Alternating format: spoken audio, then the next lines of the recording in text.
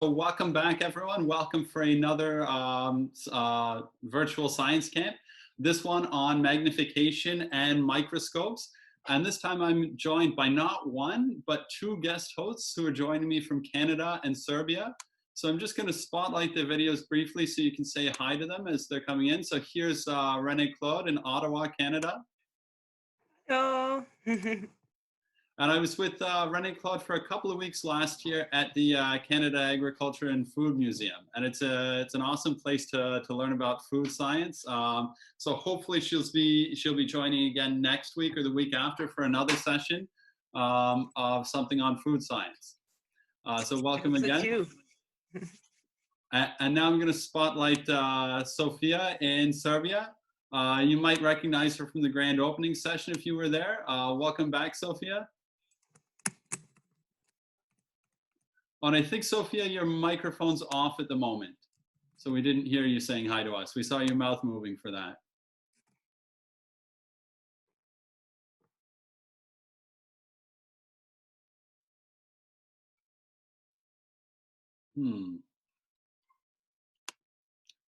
Still didn't hear anything, but I'm going to assume, trying to read your lips, that you're saying hi to us all.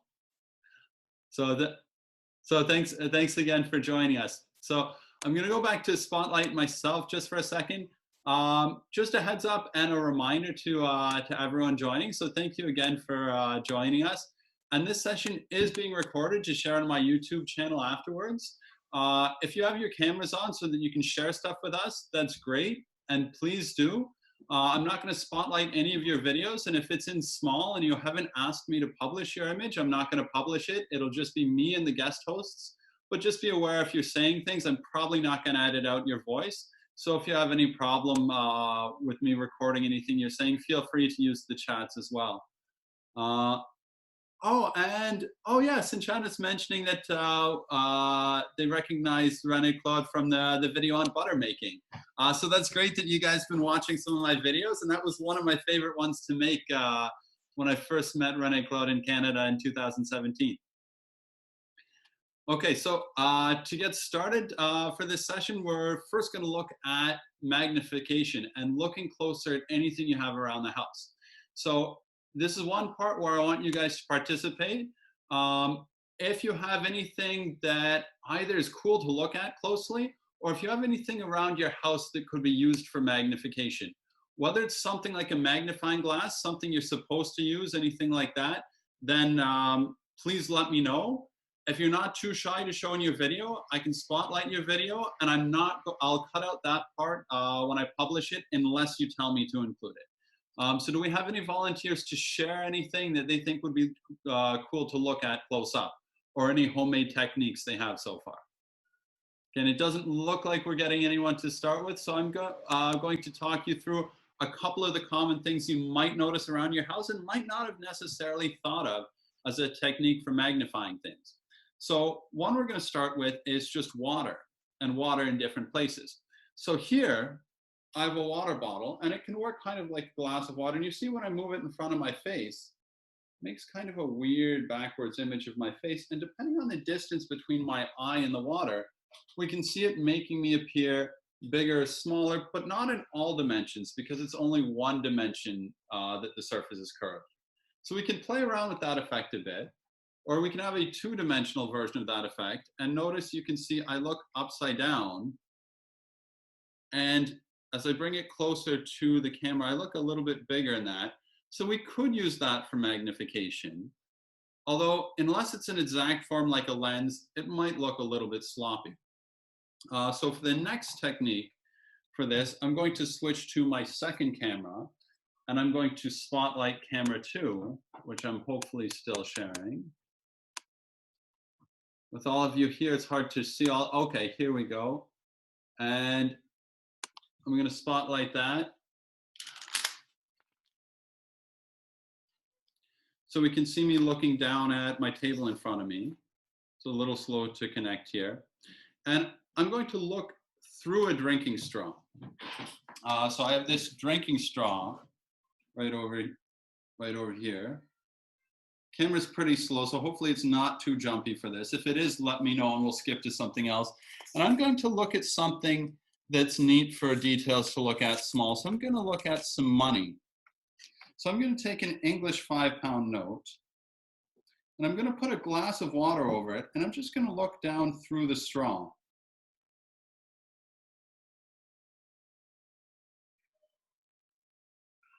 And I'm going to get to a part of it that's kind of interesting to see, like where there's a letter or something like that.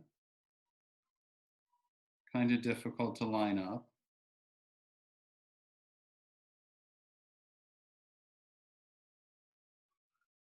There we go. And as I move the straw up and down,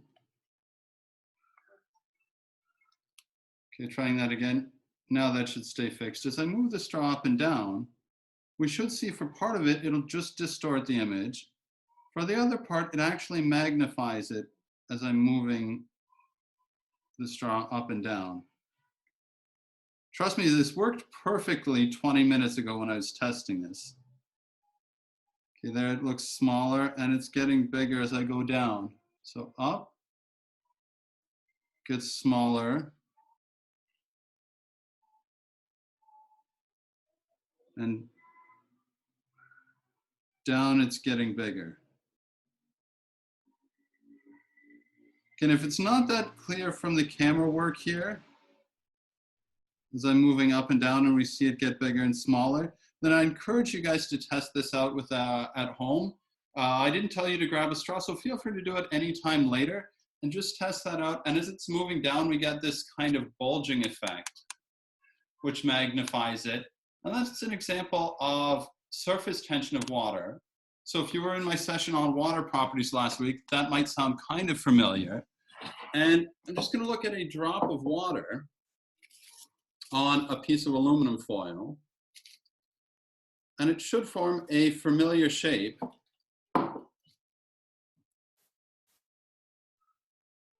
Where we can see it's kind of curved upwards. And the curvature will tend to approximate a sphere. And a sphere is very close in the middle of it to a parabola, which is exactly the shape we need optically for lenses. So we'll be able to magnify with drops of water. So that's one thing you guys can try out now if you have access to water at home, and something that you're not going to get, you don't mind getting wet. Here I have a plastic protector. I'm just going to put a piece of money in that and put a drop of water on top to try and magnify any of the details.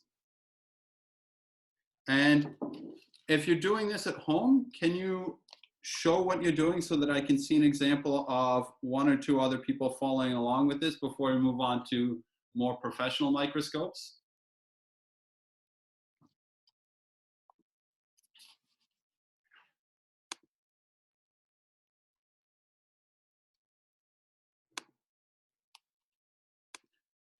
Is there anyone who wants to either show something or ask questions about these homemade techniques so far? Don't worry, these aren't the best techniques yet. We'll be getting to better ones later on. This is just the introductory part.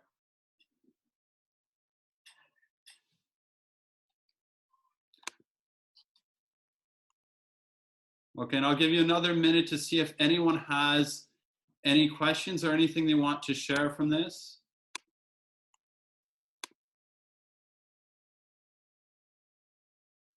Okay, and I'm not seeing anyone, so I'm probably, was there anyone who wanted to share something there? Yeah. I don't really get what we're supposed to do. Oh, okay. So I was just showing how with a couple things around the house with water, then you can start seeing things a little bit bigger. So kind of basic magnification. So to show that again, I'll show one other example with the water drop. I'm going to film my phone. So I'm just going to turn this camera down so I'm looking at my phone on my second camera. It's adjusting the position so we're nice and close. And I'm going to take a drop of water. And if you have a phone ready for the second part of this, you can do this as well. Be careful that you don't get it very wet. But just with a small drop of water, kind of hard to position it there, you should be able to, this is really awkward positioning. You should be able to see it magnifying that part of the image slightly bigger, especially in the round part of the drawing.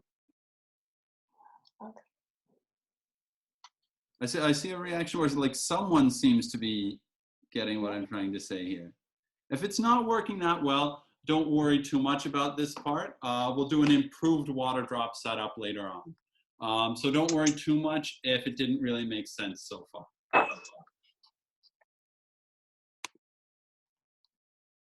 Okay, so I think just in the interest of time, and because we'll get to my water drop method in more detail, where we'll use it in front of a phone to try and take some pictures with a water drop. So because that's coming later, I'm going to skip now to the first one of our guest hosts. So Sophia, if you're ready, can I skip to you for you to show us some of your stuff under the microscope?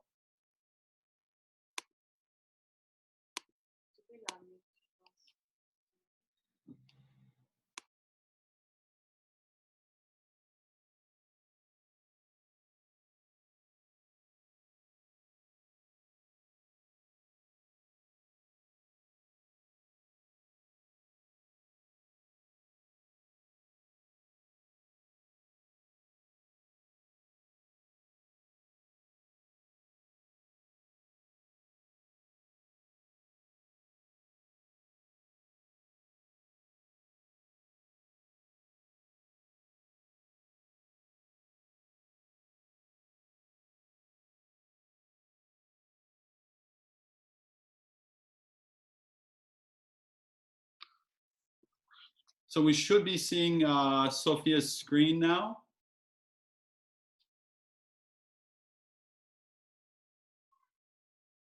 Okay, so Sophia, I can't hear what you're saying. I don't think the others can yet. Let me know if you want me to try and narrate or if you can try and troubleshoot your sound.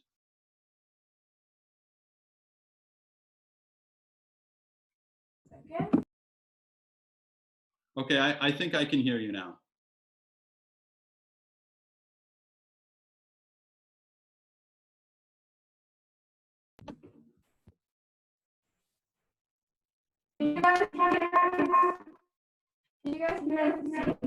I can't hear.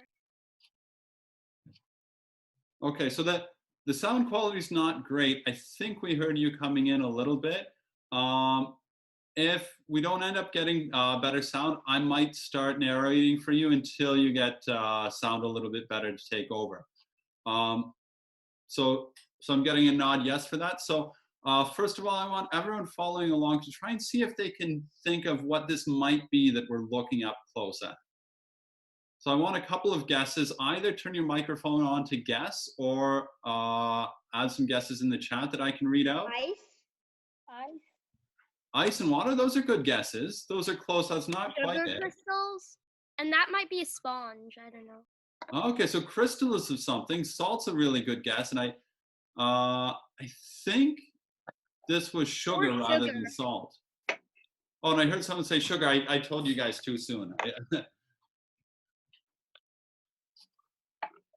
And one interesting thing about salt crystals, and I forget if Sophia is planning on showing salt crystals, but salt crystals, because of the mineral sodium chloride, how it forms together, it forms orthogonally, so it forms fairly square or rectangular crystals, which is kind of unusual. There's some other minerals that do that, but it's got a really distinct crystal form. If you're used to looking at salt under a microscope, it kind of stands out for you. Okay, and we're looking at something different. This is a hard one for me to guess. Does anyone have guesses on what this could be? Honey or brown sugar? It does contain honey. Okay, and we're hearing Sophia a bit again. I think you might have two microphones on, which was giving a bit of feedback. So make sure only one of your cameras has a microphone if that is the problem.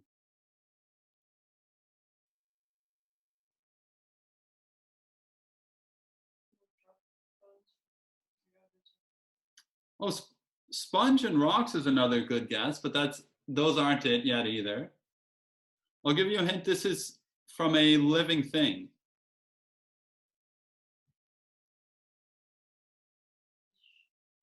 A fish, that's getting a lot closer. 100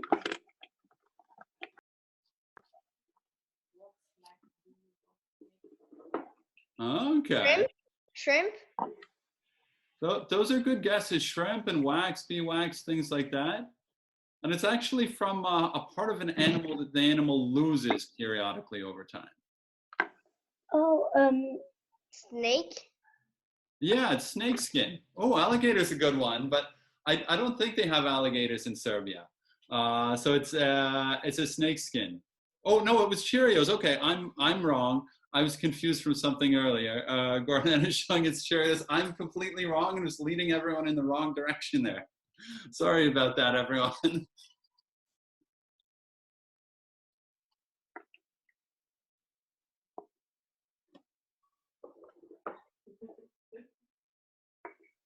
Okay, I'm still not hearing what you're saying, Sophia. And I forget. Did you have other things to show before we switch to Renée-Claude?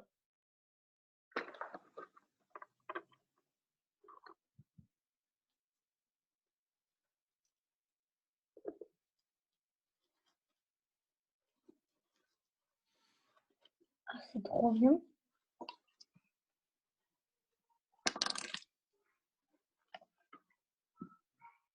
Quoi ça?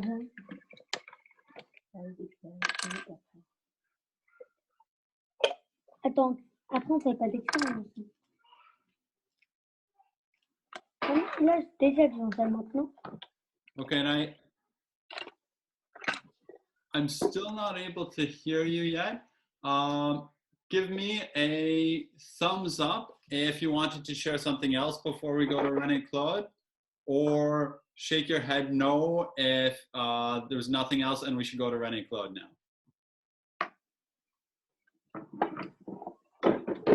Okay, so that seems to be we'll go to Renée-Claude now.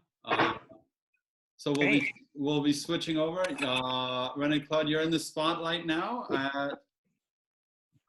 Hello, everybody. Bonjour à tous. I have some things to show you here, so I'm going to start sharing my screen right now. Okay. Can you guys see this?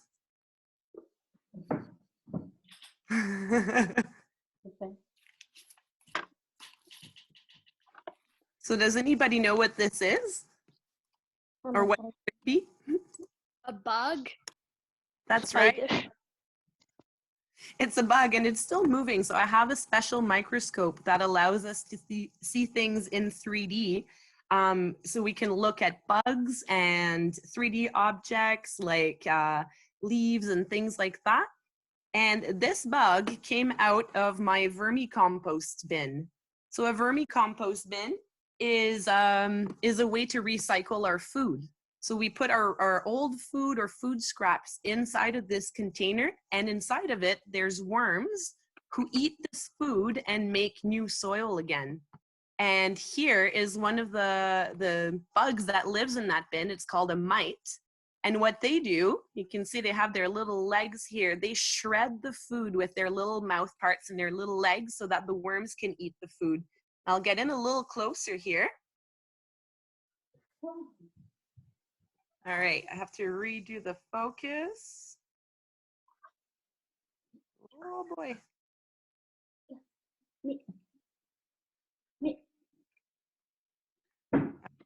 So how big do you think this thing is in real life, like without a magnifier? Does anybody have a guess of how big it would be? Maybe as small as a nail. Yeah, even smaller, actually. 1 millimeters. Even smaller. It's about 1/10 or 1/4 of a millimeter. So imagine if you look at a ruler and you look at the millimeter, imagine 1/4 of that. That's about how big this is in without a microscope. And I'll try to move it so you can see a little bit better. Without moving it too much. Oops. Oops.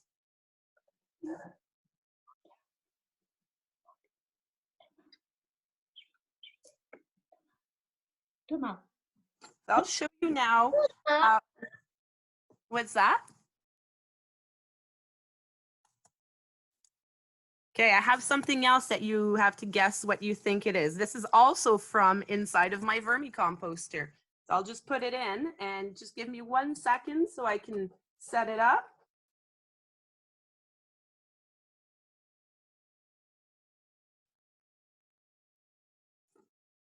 Okay, I'll put it in focus. Do we have any guesses?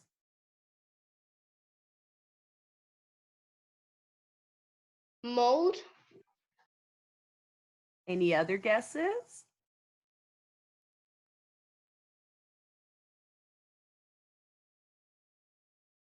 So these are little mushrooms that are growing inside of the vermicompost bin. So as you can see with the microscope, we can notice that mushrooms are actually made of little tiny hairs like this. So they're all these little hairs all bunched up, and that's what makes the mushrooms. So they kind of look like cotton swabs or cotton balls a little bit, don't they? Now, we'll have a look at one of the worms that lives inside of the bin. So I have them in a little dish right now, and I'm just going to add a tiny bit of water to help us see them better.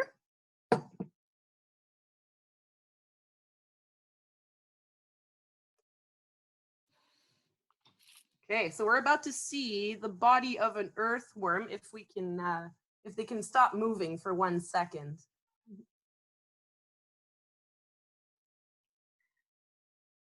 Okay. Whew, it's moving a lot.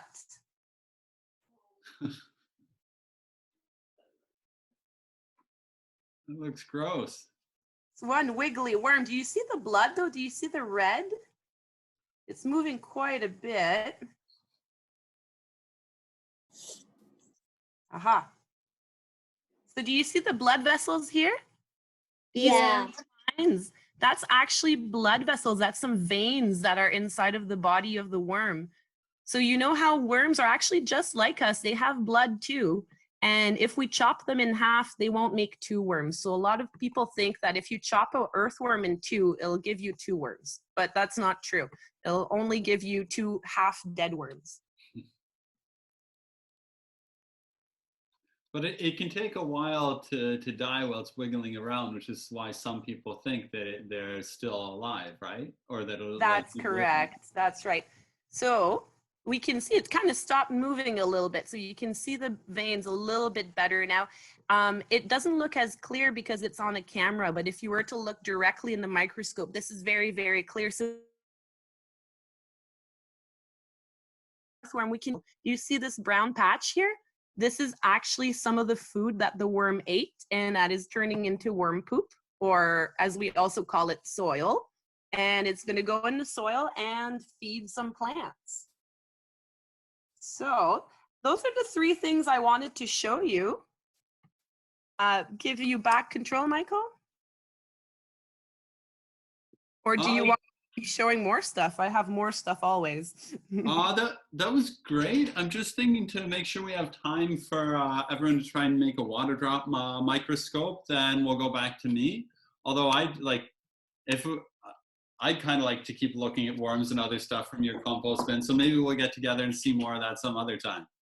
But that was great. Thank you again.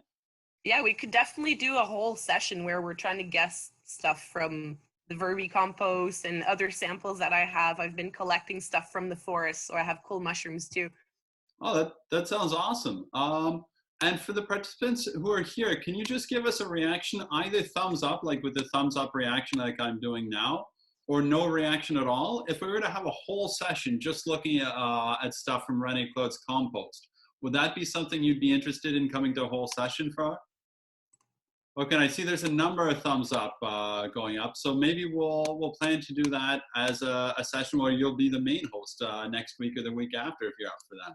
Oh, I'm down for that. Yeah, I can collect all kinds of cool stuff to show you. And I see we have a comment. Can we see the coronavirus? And I don't think we'll be able to see that today. And there's a great activity. I think I mentioned to some of you guys, the Exploratorium Teacher Institute has a new learning toolbox package. I'm just going to pull that up on shared screen because there's a great activity they have about seeing sizes of things, one of them for the coronavirus. So I'm just going to add the link to that. Let's see. Share my screen for that before I go to the microscope part, because if you're interested in seeing the coronavirus, like you, of course, won't get to see it itself, but one of their activities here, my screen should be shared. And this is the Exploratorium Learning Toolbox. And there's a bunch of different activities. This one, how big is a virus, with my friend Julie Yu, who's in the picture there. It's an activity she originally invented for something else, but this will talk you through steps of trying to picture how big cells, bacteria, and viruses are. So in case anyone's interested, that's kind of a long-winded answer to that question. But I'm going to stop sharing and I'll post that here in the chat if anyone's interested. And I'll probably add that to the accompanying document if you think of it later and you want to go back and check that out. But moving on to your own water drop microscopes. Just again for, don't know why I decided to mention that again. It was just to thank Renée-Claude again for showing those things and saying we'll probably have a session next week or the week after about that. So you'll know when I send out the schedules this Saturday or so, if that's on for next week or if it'll be for the week after. Okay, so moving on to your own personal water drop microscope. To follow with this at home, the materials I recommended you have are a smartphone that you can use, some cardboard, some aluminum foil. I have a bag of aluminum foil here and some elastic bands. I don't think I mentioned water, but you'll need 1 or 2 drops of water to play around with this as well. Will a toilet paper roll work for this? Because I couldn't find any. I think it should work. You'll just want to cut it open so it can be slightly flat, because you'll want part of it to go in front of the phone, but you can use a small piece. And actually, to make sure that'll work, I'll grab a toilet paper roll, and the one I'll talk you through will use that. But like if you have flat cardboard, that's even better. This is just now my personal challenge to show you that this will work. So if you have a toilet paper roll, and you might not be the only one, you'll want to cut it so it's like flat-ish. Doesn't need to be perfect, but there it can stay in front of the phone. So excellent question. Does anyone have any other questions along those lines? Perfect, and feel free to jump in anytime you have any questions. So I'm going to first show you one that's not the water drop one yet. This uses a collimating lens. And I'd love it if I could give you all collimating lenses. Those of you who have done this with me in person, I think there's at least 3 or 4 of you who have done something like this with me in person. I probably gave you a lens like this to keep. But I can't give you one online, so that's why we're using water droplets. With a lens like this, I'm just going to show you jumping onto my camera 2. Camera 2, spotlighting that video. So as I bring it close, you can see through the hole in the microscope. Okay, that camera seems to be frozen for the moment, so I'm just going to go back to myself to talk you through how you'll be doing it with the water drop. So my challenge, and remember I said this one's a bit of a play around session. The idea is not a final idea. So if anyone comes up with a better way to do this, then please let me know, especially if you keep playing around with it after this session, because this is something I've been working on for a couple of weeks as an alternative to using the lens. And it works okay for me, but I know it could be even better. So I'm interested in ideas you come up with. Okay, so talking you through it, I'm just going to adjust my camera so that you can see what's on my table in front of me. So you see I have my phone, I have some cardboard, and I'm going to rip or cut a piece so it's about the size of my phone. If it's not quite as big, oh, and I was going to use the toilet paper roll. So toilet paper roll, about the size of my phone. This one's a bit bigger. And it's okay if it's not quite the same. This is a bit smaller than my phone. And I'm just going to line it up so it can fit over my camera. And I can fit it with an elastic band there. And then I'm going to cut a hole in it that I can cover with aluminum foil. And the reason for that is that cardboard is really water absorbent. If I get water anywhere near it, it's going to absorb the water really well. So I'm gonna cut either by stabbing through the cardboard carefully or by folding it a little bit so I can get the scissors just into there. Kind of awkward, so make sure you don't cut yourself doing this.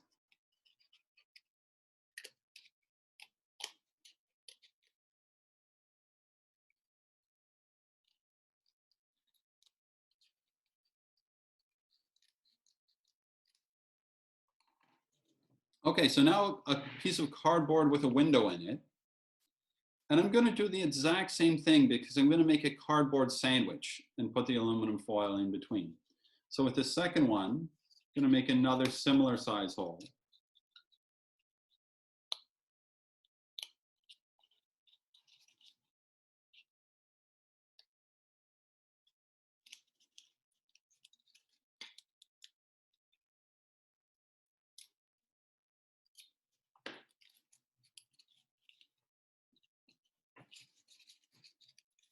Okay, and there they more or less line up. One's a bit bigger than the other. It doesn't need to be perfect. Just needs to be a hole that's big enough to poke a hole in. And once you get to that stage, then it's time to grab aluminum foil. So I'm gonna get some aluminum foil. Again, it's not a very exact amount. I'm just gonna rip off a piece.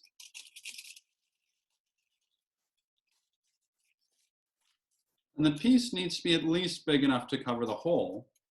And either you can tape it on, or if it's big enough and if you don't have tape, then just wrap it around so it'll stay over the hole fairly well. And then you want to make a sandwich where that's in between the two pieces of cardboard and close it up with an elastic band. So if you've managed to do that, can you either show it on camera or give me a thumbs up so I have an idea of how many people have gotten to that stage? And I'll wait a minute because I just showed you it probably takes a minute or two to get to that stage.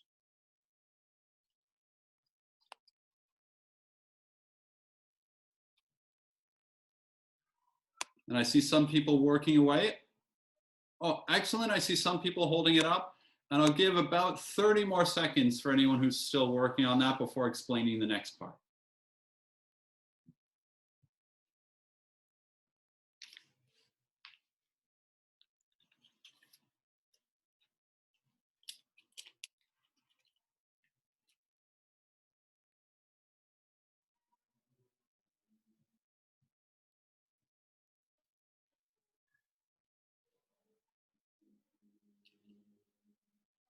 Okay, and I'm gonna start explaining the next part. If you haven't yet finished, that's okay. Take your time with making the sandwich. Just get to the next part when you're ready. But for those who already have it done, and I've seen a couple people show it to me, so I'll go ahead with the next part. I'm gonna take something pointy. It can either be the point of a pen or a pencil, or if you have anything even smaller, it can be cool if you make two holes, one that's really small and one that's a little less small. So I have a paper clip that I straightened, so I'm gonna use that to poke the hole. But don't worry if a pencil's the smallest thing you have to poke a hole. And I'm gonna poke the pencil hole just below. And you wanna be careful not to make the hole too big, because if the hole's really big, then you won't be able to get a water droplet to stay on it. The water will just flow right through the hole. Okay, so there I have one small hole and one big hole. And then the tricky part, well, the first tricky part comes with trying to put a drop of water in the hole and not getting it on the cardboard, which will absorb the water. And while waiting for people to poke the hole, I'll just showcase some of my previous iterations for this. So I've also tried doing this with a piece of cardboard with a bunch of wax from a candle, melting that around to make a hole in the wax. But I found the little bits of wax, and if I hold that up to the camera, you can see there's little bits of wax around. And I got that all over my phone's camera, and for days I was taking cloudy looking pictures with wax on it. So that's not a technique I'm advising you guys to use. Or another technique that was pretty good, but not perfect. This one from the outside looks the same, but you can see on the inside, there's kind of like a ring there. And what I did was I cut a plastic drinking straw, just to have a section to keep the water away from the cardboard. And that worked okay, but the hole was a little too big, so I kept spilling water through my microscope onto everything below. So it wasn't a perfect setup either. Okay, after showing you those, hopefully enough time's gone by that you should have your 1 or 2 holes in your microscope setup. And now the tricky part is to try and get a drop of water that's small enough that it will go on the hole and not make a mess everywhere, but it's big enough it won't just go through the hole. So if you made your hole too big, your drop of water might go all the way through. If that happens, just wipe it up and get a new piece of aluminum foil and try again with a smaller hole. So I'm gonna move my camera down so you can kind of see what I'm doing again. And I've just got a cup of water here. And using my finger, and you could use a dropper if you have a dropper, or you could use a straw, but I know all of you at least have a finger. So I'm gonna try and put a water droplet, make it go on the hole. And that one's a little bit big for the hole, so I'm gonna tap it, try and get it to go in. I'll try it out, and we might see if it's too big, it might end up sticking to my camera what I'm looking at. And I'm gonna try with the second hole, but my bottom hole, it looks like it's a little bit crooked, so I'm gonna straighten it again before I put the water in there.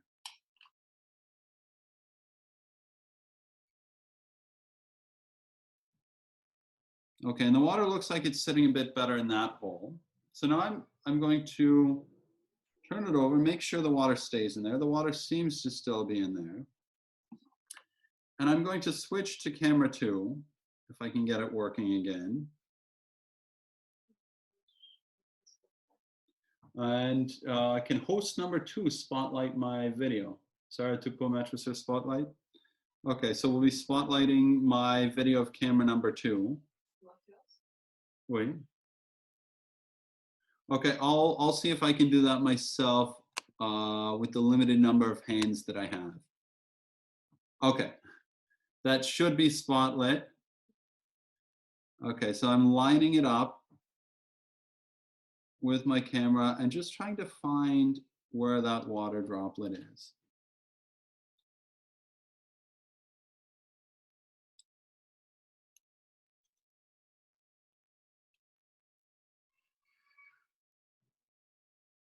Okay, now I'm looking through the water droplet, and I'm gonna look at something interesting to look at. So one of my favorite things to look at is pixels on a phone. So I'm gonna take another phone and just open an image on that.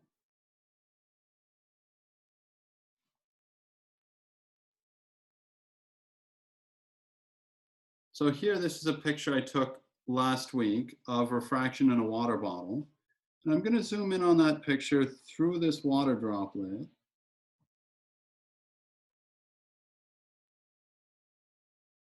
And I'm gonna play around with that until hopefully I manage to resolve some squares or boxes.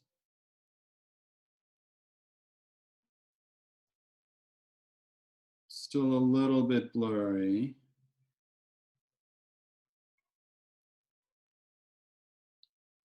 Okay, that's a bit more clear as I go in. And I think I may have broke, yeah, I broke the water droplet, so I'm just gonna get a new drop of water and do that again. And I'm gonna switch to one I made before. The toilet paper roll is a little bit thin, so just in the interest of time, I'm taking one I made ahead of time and I knew worked fairly well. And I think the difference between the two is that this cardboard's a little bit thicker. So with the thicker cardboard, it's easier to have my phone far enough away and not break the water droplet.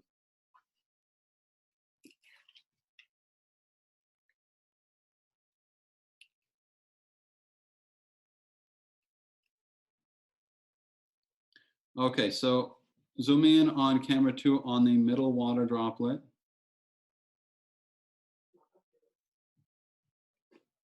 And now we should be able to see things like some of the details on my finger if I bring it close. And I'm just going to try and zoom in.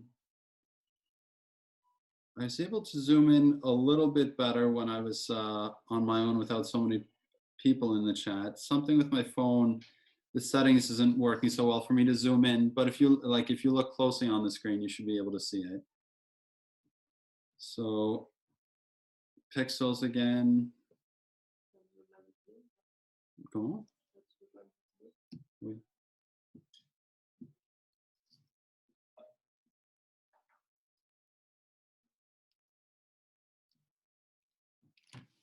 Okay, and I'm going to go for big pixels because they'll be easier to see. I'm looking at my computer screen in front of me.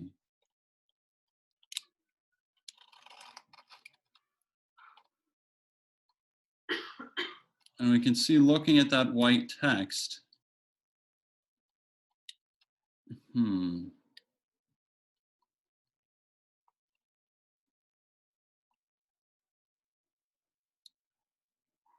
Now remember, I said this is a work in progress, so it's not yet perfect, and I'm interested in any improvements that people can make to this model, because I'm not quite satisfied with how clear I'm able to see things there yet. I'm going to do one more try with my finger.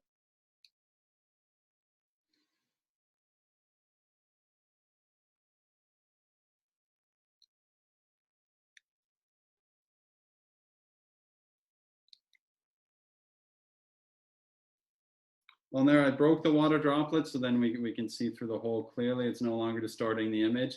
So again, it's a bit of a finicky setup.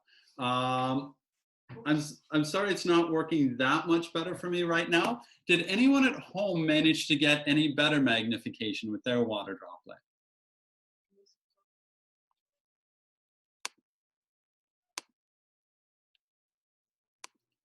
Is there anyone who had success that they'd like to share? I actually have a microscope, so it's. Oh, you have your own microscope, like not one that you made today, but one like Renée-Claude and Sofija have. Yeah. Oh, okay, that's awesome. We're kind of out of time, so I'm not gonna highlight you for that for this session. But if you're interested in sharing things in another session, maybe we could give you a spotlight in Renée-Claude's session next week and have you present things for like 5 minutes, some of your favorite things around the house. Does that sound like a good idea? Yeah, I think. Awesome. Okay, so we'll be in touch more about that either with your mom or with you. I'll email back and forth. Okay. Does anyone else have anything to share? And I see some people looking around and trying, playing around with it, which is great. I think, oh, and in the chat, you looked at a wet finger. Hopefully you managed to see some of the lines in it. Hopefully some of yours are more successful than mine was, trying to deal with two cameras at the same time, because it does work. It's just a little bit tricky and a little bit finicky. So I think rather than keeping you guys much later watching me play around with it until I get a success, I'm going to wrap things up there, but I'm going to encourage you guys to keep playing around with it. And if anything works well, please tell me what modifications you made so I can tell everyone else. And like the other sessions I've mentioned, if you have any photos to share, please send those with me so I can share them with others as well. Gordana is sharing her screen probably for the link to YouTube. Either that or by mistake, I'm not sure. And if there's something to send out to you guys, I'll send that to you guys later on as well. Okay, are there any questions before we quickly wrap up? I realize just now I've got a couple minutes overtime, so I don't want to keep you much longer. Okay, and it doesn't look like we have any questions remaining, so I'm going to quickly thank our guest hosts again. So thank you again, Sofija, for showing you some cool stuff in Serbia. And thank you again, Renée-Claude in Ottawa, Canada. And with that, I'm also going to thank everyone for joining us and for following along at home. It's been great having you along for the adventure. So I want to remind everyone to stay home and stay curious. And thanks again for joining me. Thank you. Goodbye. Goodbye. I hope to see a number of you tomorrow for the kinetic friction or the student-led investigations. I hope to see a lot of you guys tomorrow, or if not tomorrow, next week. Thanks again, and goodbye. Thanks. Bye. Bye. Bye.